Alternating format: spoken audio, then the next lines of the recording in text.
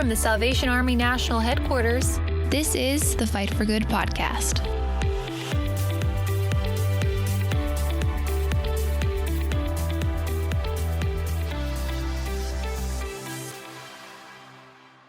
Well, hi, everybody, and welcome to another episode of the Fight for Good podcast. I'm your host, Lieutenant Colonel Tim Foley, broadcasting here in my lovely bright office in Alexandria, Virginia at National Headquarters. It's great to have you here today. With me is my right, left arm, my right, left foot, my everything. He just is just a solid guy. Makes me stand up straight every day. Mr. Jeff McDonald, our editorial director. Hello, sir. Greetings. Good to be with you, Colonel Foley. Great to be engaged in this, especially today. You're okay over there in the southern part of, or the eastern part, or where are you in Virginia? I am in Fairfax County, near the bustling Costco, which is a landmark in our world. Okay. But we're traversing cities, states today. All of us joined together this way. We are. So we're all over. We're all over the country. We're broadcasting on a really nice day today here in Alexandria, Virginia, in the middle of our beautiful autumn season. And with us today are two very, very special people that many of us in the Salvation Army, when we hear their name, we just kind of sigh and go, my heroes. Oh, my goodness. We are so thrilled. We have the editors of the Word and Deed Journal with us today, Dr. Roger Green and Dr. Jonathan Raymond. Dr. Green, greetings from Virginia to you all the way up there in Massachusetts. Thank you. It's a joy to be here. And also, we're having a beautiful day in Boston. So we share that with you today. Also, looking out my window and I'm looking to the west, and somewhere out there I can see the green rolling hills of Kentucky. The beautiful, beautiful Wilmore, Kentucky area. Dr. Jonathan Raymond, an honor and a pleasure. So good to hear from you today, sir. It's wonderful to be in this discussion today with you all. Well, what we're going to do today is talk to you both and invite our listeners in, get a little bit of insight of one of our publications that's really a specialty. It's published twice a year, and it's been published over 20 years. And we have recently, in recent year, we expanded the subscription base for it, so that now every officer in the United States gets a copy of it. But this theological journal, affectionately known as Word and Deed, was really part of your. Well, you both gave birth to this journal. Could you give us a little bit of insight how the journal came about? Well, I can begin by looking kind of as a prelude to the journal, and then Jonathan can pick up from there from our Gordon College connection. But probably about 45 years ago or so, in the Eastern Territory, we did have a kind of a historical commission, and we had a place for archives, for historical archives. And so I did quite a bit of work down there in New York City. And a number of us 3 or 4 of us who were connected with that thought, wouldn't it be a good idea to have a historical journal? Now, at that time, we weren't thinking theologically so much as historically. And so one of the members brought that to the administration. The administration wasn't quite ready for that yet. But yet we were glad we at least brought that to the attention of the Salvation Army administration. So that pretty much died out for a while until Jonathan Raymond came to Gordon College, where I was teaching as the dean of the faculty. And Jonathan, why don't you take the story from there?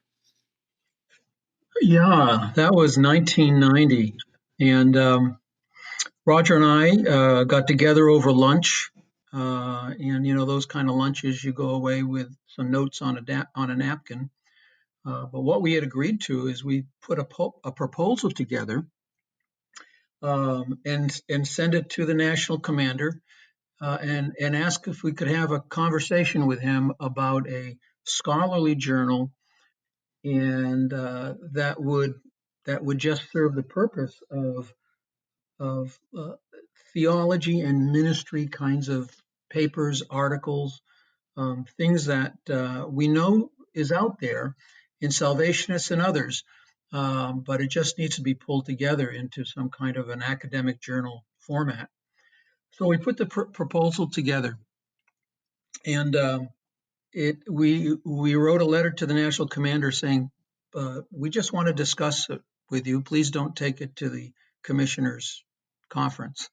We got a letter back. A few weeks later, he had taken it to the commissioners' conference, and they assigned the latest commissioner in the conference, which was Commissioner Paul Rader at the time, to write us a Dear John letter. Yeah. And so we got one from the commissioner, and saying that the commissioners' conference had turned it down. But at the bottom of the letter, he wrote in hand, at the bottom of the formal letter, he wrote, "I'm interested in this. Please stay in touch." So we did. Every 6th month, twice a year, we would write him a letter and say, "Hope you're still interested in this."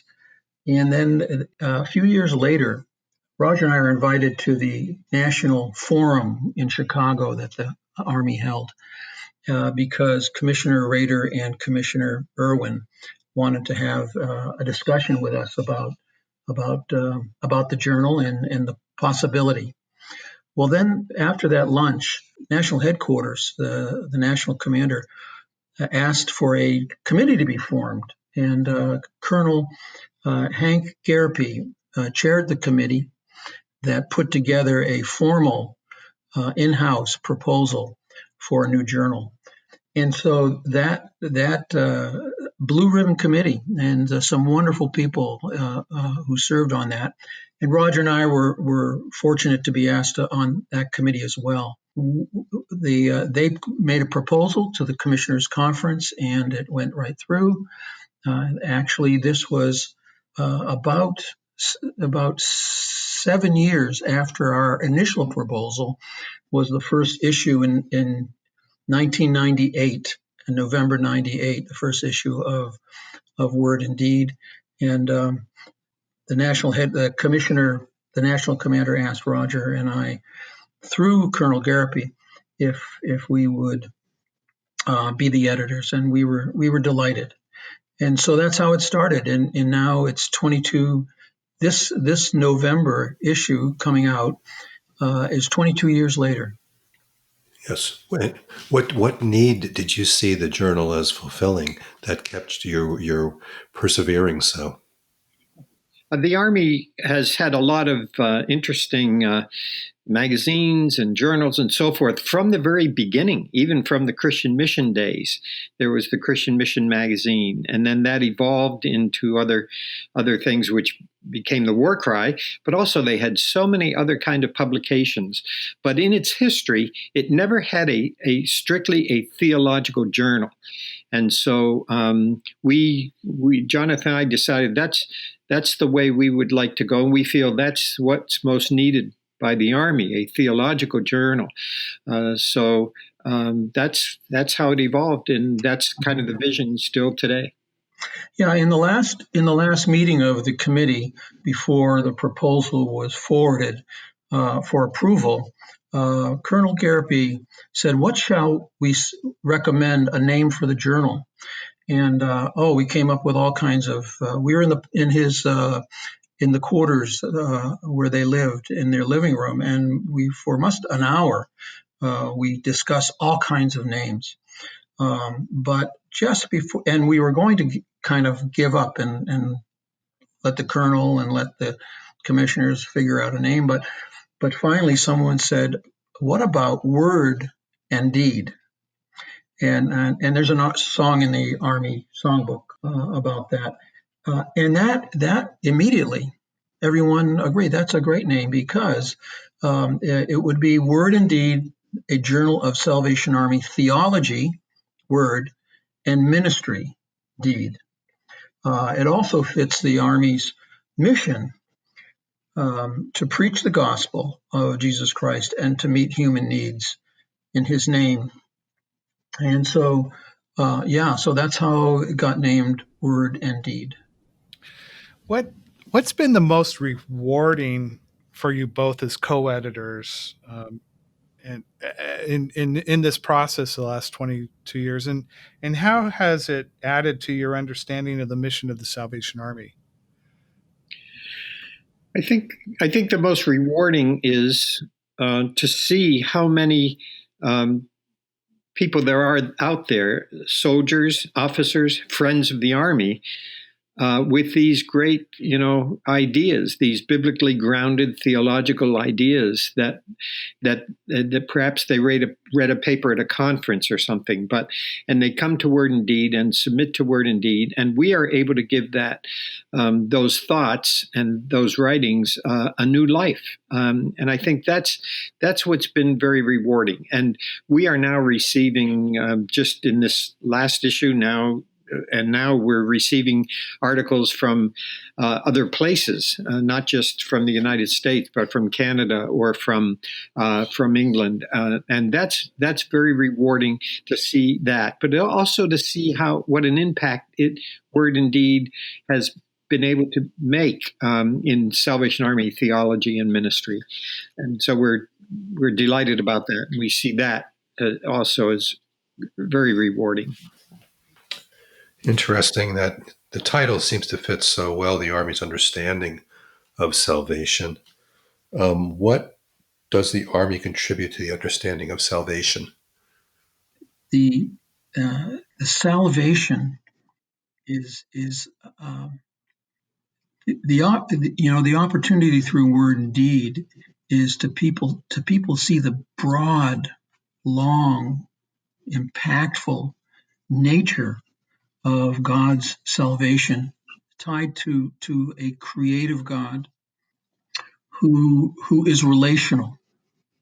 Salvation is about relational God's grace through covenant and promises and his faithfulness that take us to a salvation that is just not, get saved, go to heaven, but get saved and in the acquaintance process and journey with God himself through the Father, Son, Holy Spirit, a Trinitarian journey with God, a journey that others come along on that journey with us.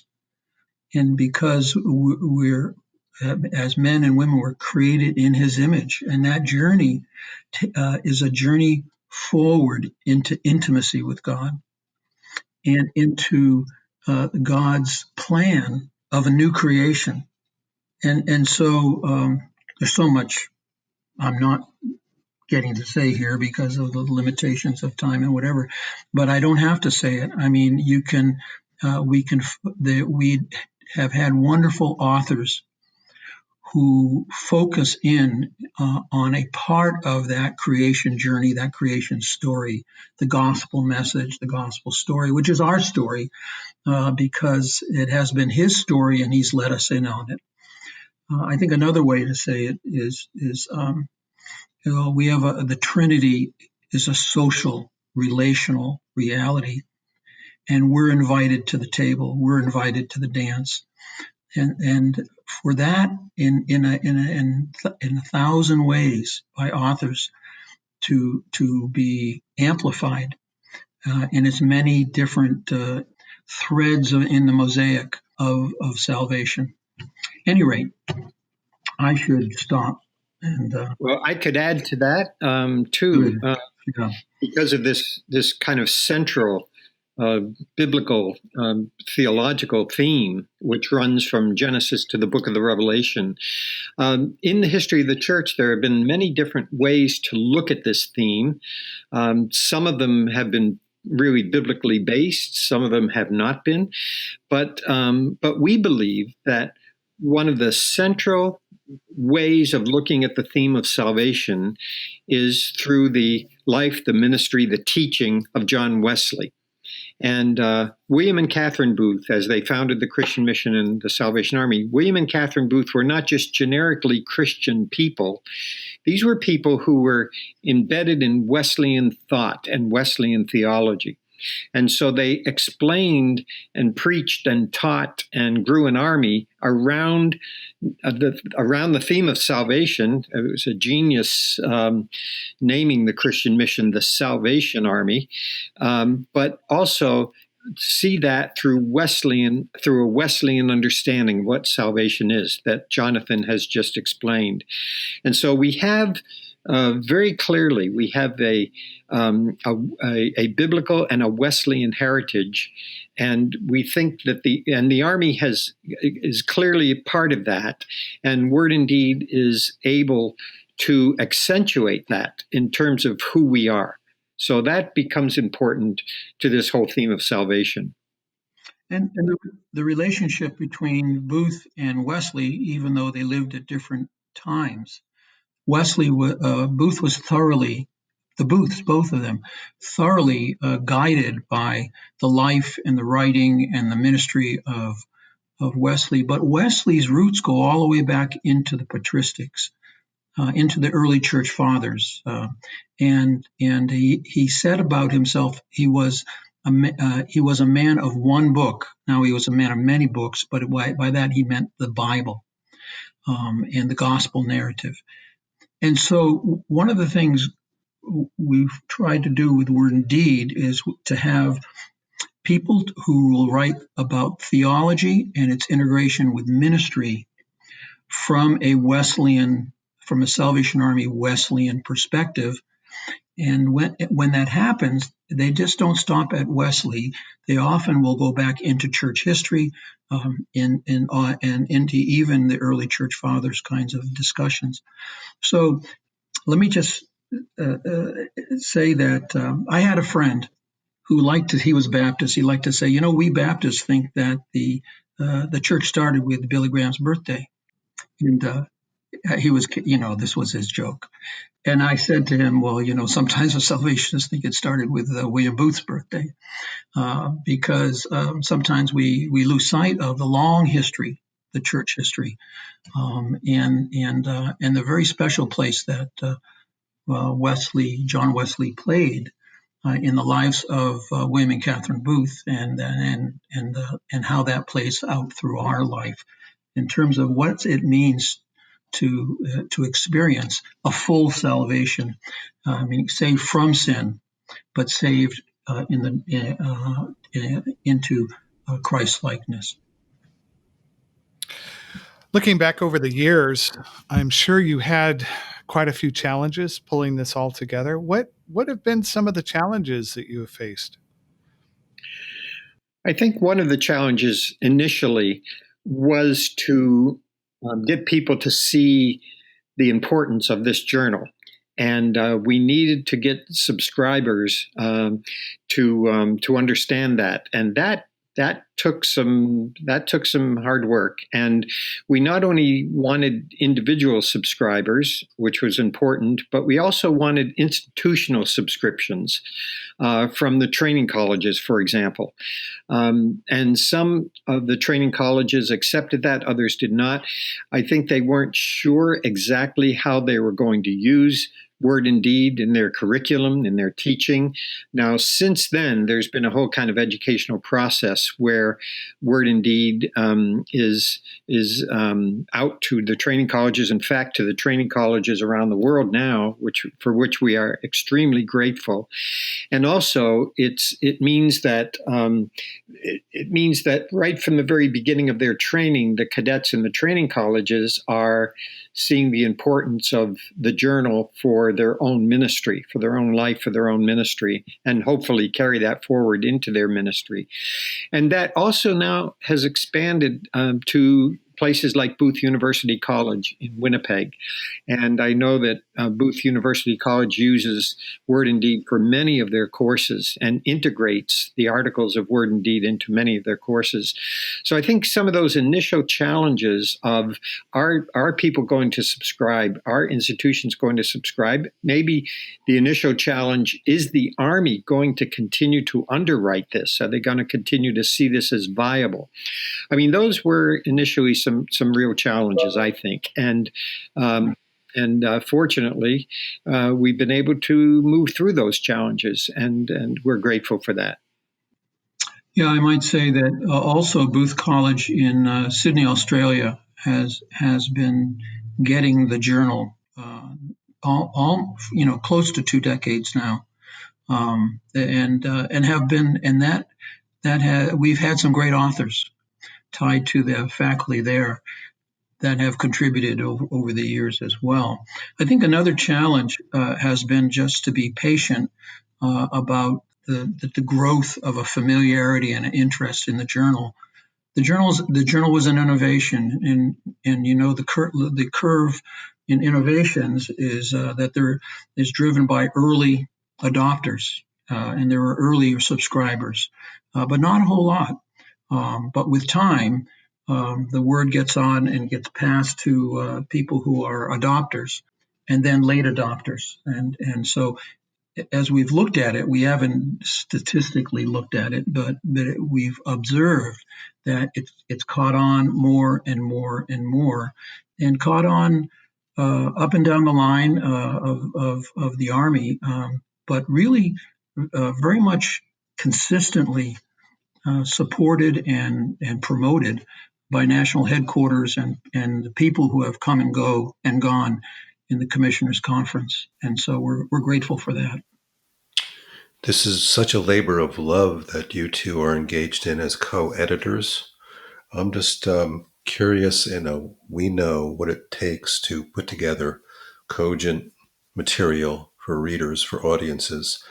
I'm just wondering how you go about corralling and gathering information and what you see as potentials for improving that process.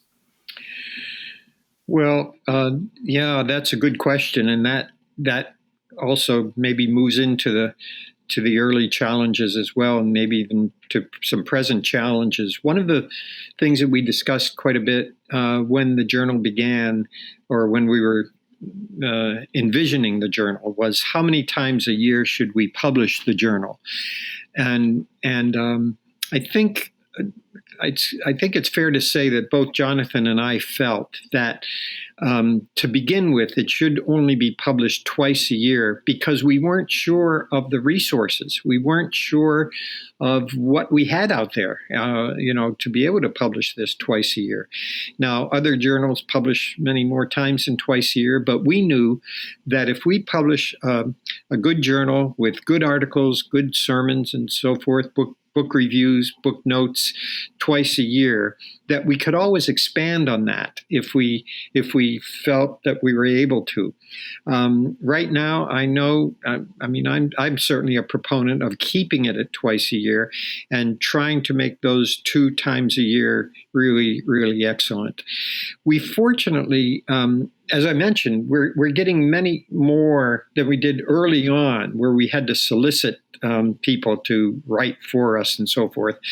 And now, fortunately, now we're getting people knowing about Word and Deed, and so they're unsolicited. They're sending in articles for us to take a look at and to see if we can use them for Word and Deed. So we're grateful for that. So we often will reach out to people. If we hear a paper read at a conference, if we hear a good sermon somewhere, we will reach out and ask if they would like to have this published in Word and Deed. But also people know about us, and so they readily subscribe, give us their material. So it's kind of a dance in a way. It's between us reaching out and their wanting to publish in Word and Deed, and so that's how the process goes. But it's an easier process than it was initially. And we have some such fine contributors that we could name that you have seen if you've read Word and Deed through the years. And we're always grateful for their support. And we're grateful also for the support of the board as well to help us to identify writers for Word and Deed. Over the years, we've kept our eye open for where papers come from. In the early years, we benefited by the different international symposia of theology and ethics, and so there have been 4 of those that I'm aware of. And those symposia early on also had a strong link with the International Doctrine Council that Roger served on. And then when he went off the council, I was invited on. And so we stayed in touch with the council and the council was the backstopping those international symposia, and the papers from those symposia were very helpful. But there was also for a number of years the Coutts Lecture in Sydney, Australia. And I think, Roger, you were a lecturer at one point in that. And so those papers we had for quite a while, and then they stopped. But about the time they stopped, some papers also came up at the ASBL Salvation Army gathering of academics. Maybe you could comment on that in a moment, Roger. But also things like the International Spiritual Life Commission and the theology symposia that territories sometimes put on holiness. So we keeping our eye out for those kinds of opportunities have been a real a source of good content for the journal. Right. 2 that I could add to that would be the Andrew Miller lecture at Asbury. That's been very helpful. Also, a lot of Salvationists would not know the American Academy of Religion and the Society of Biblical Literature. Those are 2 major groups that meet every year, and they are people who teach internationally, people who teach in the areas of biblical studies and theological studies and biblical languages and teach theology and so forth. And they come together every year somewhere, usually in the United States, for meetings. And there's usually about 10,000 people who come to these meetings. Well, years ago, the Army had a small session. These large groups, of course, break up into hundreds of small groups. And the Army started a small session, and I think they entitled it Scholars and Friends of the Salvation Army or something like that. And we meet every year, and papers are given at that session every year. And those are given by, in fact, this very coming issue in November, we have one of the papers given. It was given at one of these American Academy of Religion sessions by the Army. They have been very helpful to us. And as far as we know, will continue into the future as well. So we're always looking out for these kinds of opportunities. Who would you both consider as exceptional proponents of holiness in today's world? Yeah, there's a treasure trove of faculty at Asbury Seminary, and also some overlap with that with the Francis Asbury Society in Wilmore, Kentucky. Certainly, that's a treasure trove of speakers, preachers, writers. And in terms of why does it matter, that's a good question. If I could just address that first. And that, in a sense, relates to your question earlier about salvation. Holiness matters because it is the central theme of the scriptures from Genesis to Revelation. It is a part of this large vision of what salvation is all about. And so thematically for the journal, we have tried to place this as kind of the heartbeat of Salvation Army theology, biblical theology, Wesleyan theology. We have had many people who have, contributed through the years who have an understanding of holiness. I I just mentioned a few. I mean, and these are all within the Army. Although, as Jonathan mentioned, there's several outside of the Army at Asbury Seminary, Asbury University, and so forth. But and I think there of people like Dr. Dennis Kinlaw, for example, who was a remarkable teacher and preacher on holiness. And any of us who attended, in my case, Asbury Seminary, in Jonathan's case, Asbury College, heard Dr. Kinlaw preach many times, and really remarkable. And his work still kind of resonates through the years. But we have some people that I believe have kind of laid out holiness very well in the Salvation Army. And I think of people like Commissioner Bill Francis, a friend of Jonathan and mine. I think of Dr. David Reitmeyer, who, by the way, wrote the biography of Brengel, and also wrote a magnificent book, one of the best books that I've ever read in the Army, specifically on the Army's sacramental theology. And so I think of David when I think of someone kind of teaching and preaching holiness. So we've got people within the Army that I think are good kind of models for this. Yeah. I'd add to that from Asbury Seminary, Stephen Siemens. He's in a four-man peer discipling group with me, and I've been reading Steve's stuff for years on holiness. He's published several books. He speaks internationally, and he just retired. He teaches a little part-time. If there's someone and he has a strong sense of ministry, that which goes back to the journal. It's a journal of theology and ministry, or orthodoxy and orthopraxy, the practice, theory and practice. And so Steve Siemens, he would be, and he's done officers' councils in the past. Yeah. Jonathan and I are both grateful to be on the Wesleyan Holiness Consortium. I guess it's now called the Wesleyan Holiness Connection. And that's a consortium or connection of many of the holiness denominations, like the Salvation Army. Colonel, you are also, by virtue of your office, you're on that as well. And so we meet up yearly in a steering committee across the country with wonderful holiness advocates from the Nazarenes and the Free Methodists and the Wesleyan Methodists and so forth. And that's really a wonderful kind of connection for us to understand how holiness is being taught and preached by these other people who attend the Wesleyan Holiness Connection as well. So there's really a rich resources out there. And at national headquarters, you have your holiness ambassadors at the national headquarters.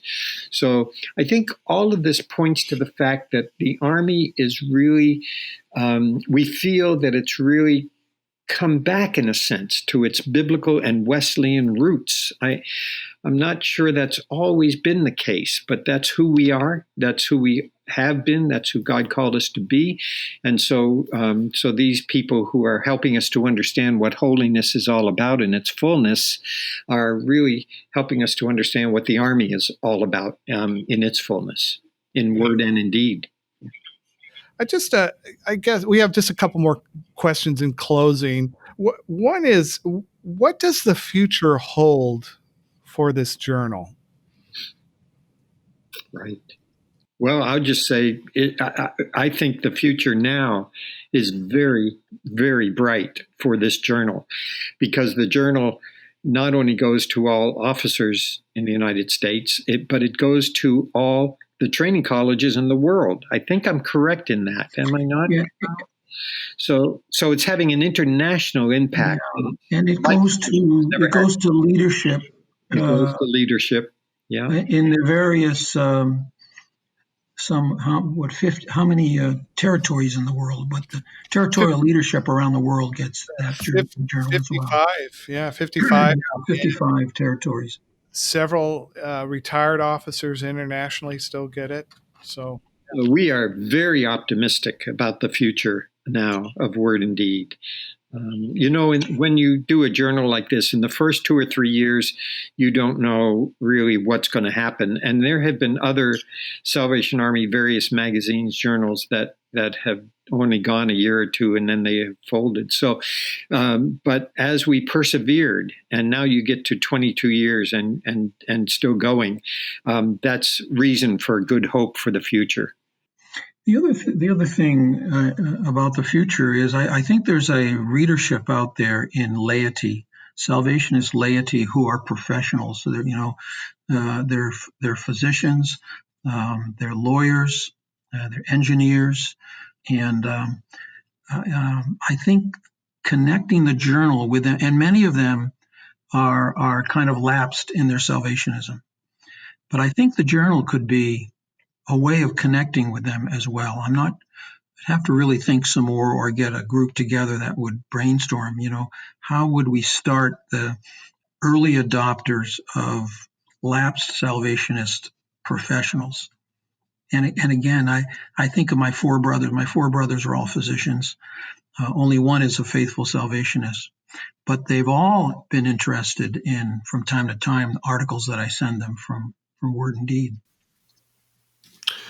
Yeah, this is a scholarly journal. You gentlemen are, scholars yourselves. But there's we don't want our readers to miss the point that there's joy in this publication, as well as strong messages. And from our standpoint, we'd like to know, or what your thoughts are on how the readership tends to be a rather well-knit, select group. How do you see it expanding its audience base and appealing to a wider audience? Yeah, I think there's still lots of opportunity to really work on the idea of theology and ministry being integrated. I see a great possibility for the future. The Army is so highly regarded for serving people on the margins, etc. And it's in that not only the people on the margins being served, but people who want to be part of that, and not just by dropping money in the kettle. But there's a real opportunity for what the Army connects so well with community that I think we can be bolder about them understanding the framework of a full salvation, what a fully saved means.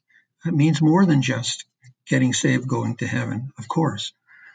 So I think the future to find writers and thinkers who will help connect and integrate the Army's theology with the Army's ministry, and because sometimes they get separated, or they get there's a better word for it. So let me leave it at that. I think there's a future there that could be mine. There's gold in them thar hills. Yeah. And Jeff, something came to mind as you asked that question too.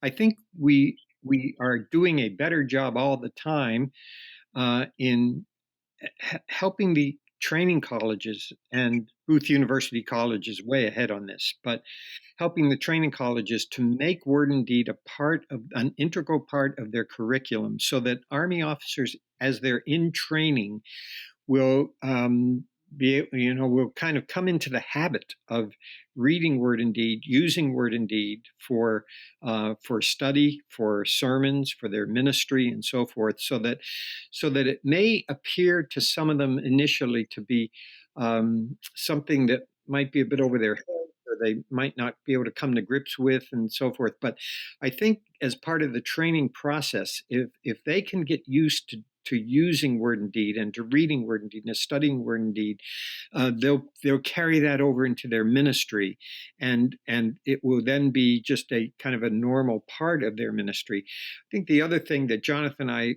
work hard at, and this is where we want to work more at this in the future, is having more sermons in Word and Deed, to accentuate by sermons the ministry, the theology, and the ministry of of Word and Deed and of the Salvation Army.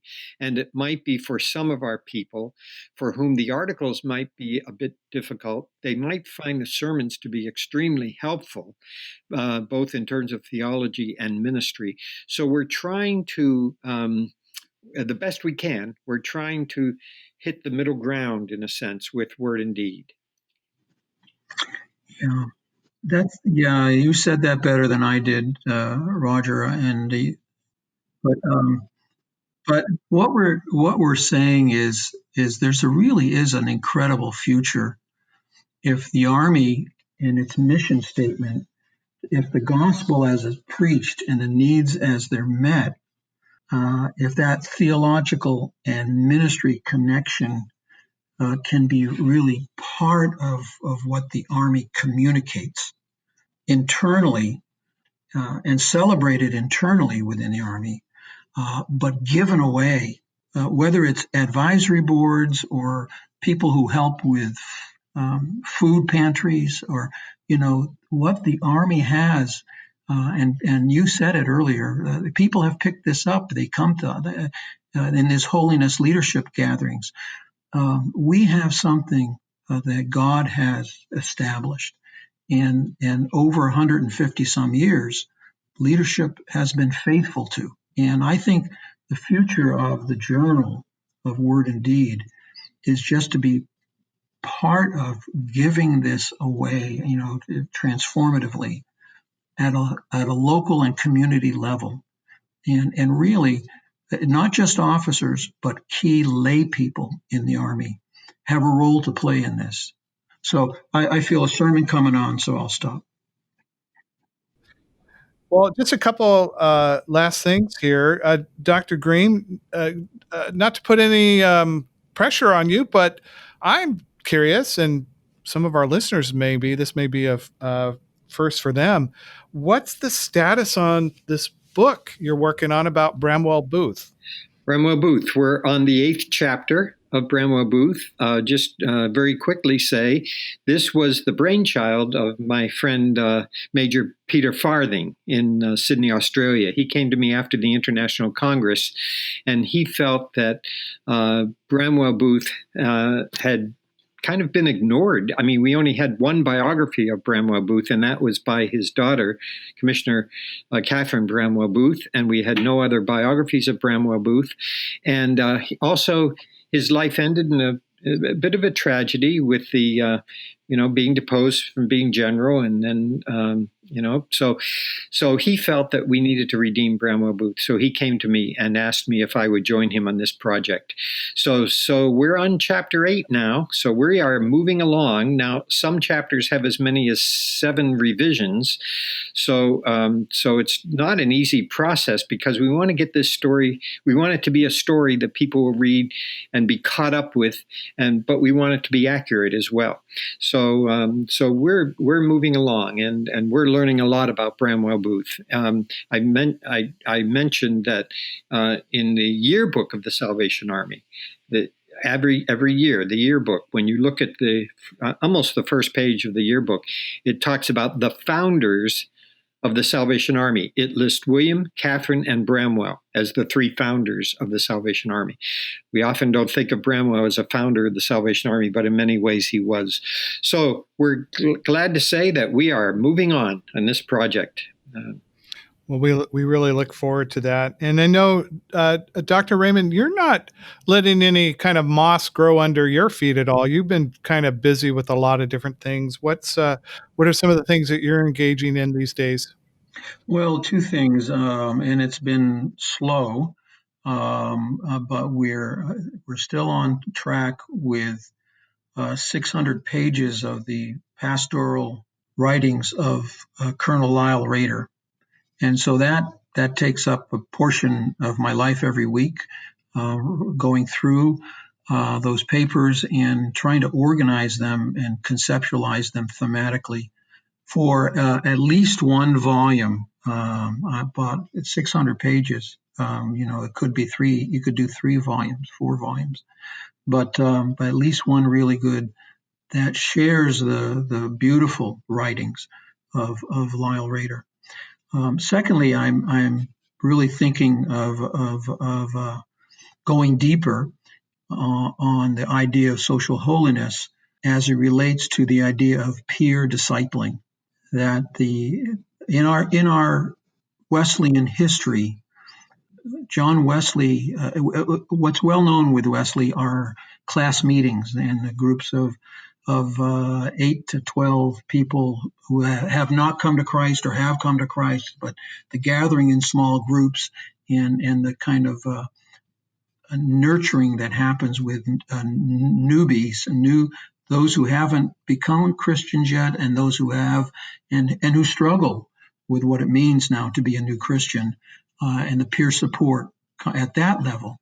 But Booth also had what's called bands, and bands were mature Christians. And the idea that evangelism is establishing people in the kingdom, not just creating converts, but establishing them and growing them and maturing them and pursuing an entire sanctification. But as Christ said himself, and as Paul repeated it, there is a growing in grace, and so we have a literature from Frederick Coutts, from Brengel, from several others who will talk about the process of maturing, but also the opportunity to be open to the gift that Christ gives in terms of holiness. And so I'm working on this book because there's kind of a gap between coming to faith and going on really to Christ likeness. There's kind of a gap there, and I think it has to do with a need for more intentional peer discipleship at the levels people are in their journey and in their development. So I'm working on that, and I'm starting with what I anticipate will be an article in the next issue of Word and Deed, but is really the framework for an expanded book.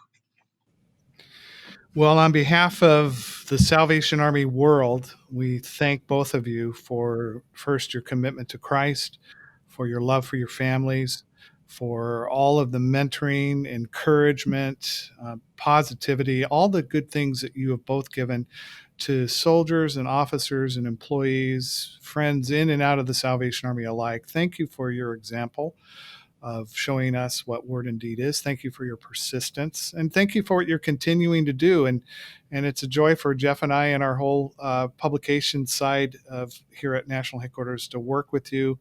We're excited about the November issue. I know you're both grateful to our editor, Alex, who works in the background very quietly with you, and with Versa Press for bringing your work into paper. So thank you for taking time and being with us today, and thank you for all you do. Thank you, Colonel, and thanks to Jeff for being here and to Elizabeth for setting this up. Amen. We're grateful. Yeah. It's great to be associated with both of you. Thank you. It's been a joy, and it is a joy and a privilege, and we're grateful. We are. Stay well. Well, that's going to end this episode of the Fight for Good podcast. Be sure to subscribe to Fight for Good wherever you listen to podcasts. And don't forget to follow us at The War Cry, thewarcry.org, or peermagazine.org on Facebook, Instagram, and Twitter. Well, thank you again for taking some time and listening to us today. Until next time, this has been the Fight for Good podcast. Bye for now. Subscribe to Fight for Good wherever you listen to podcasts.